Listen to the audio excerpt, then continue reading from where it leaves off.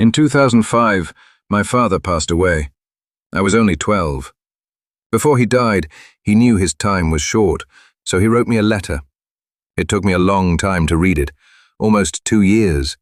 When I finally did, I remember the lump in my throat and the tears rolling down my face as I held the paper in my hands.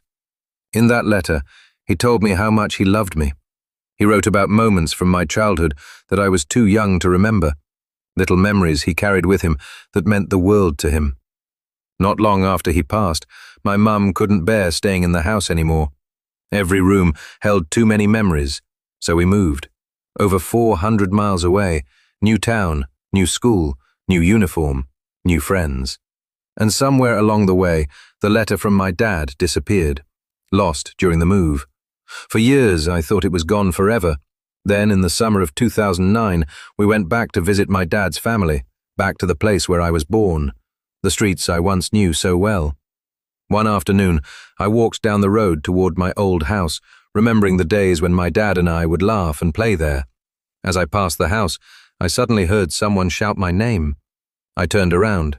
It was Sam, my best friend from when I was a kid. She ran over to me, full of excitement, almost too much excitement.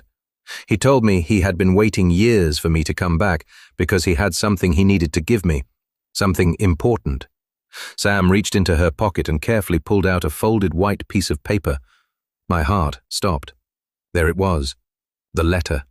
At the bottom, exactly as I remembered, were the words, "Love, Dad." All the memories of reading it for the first time came rushing back.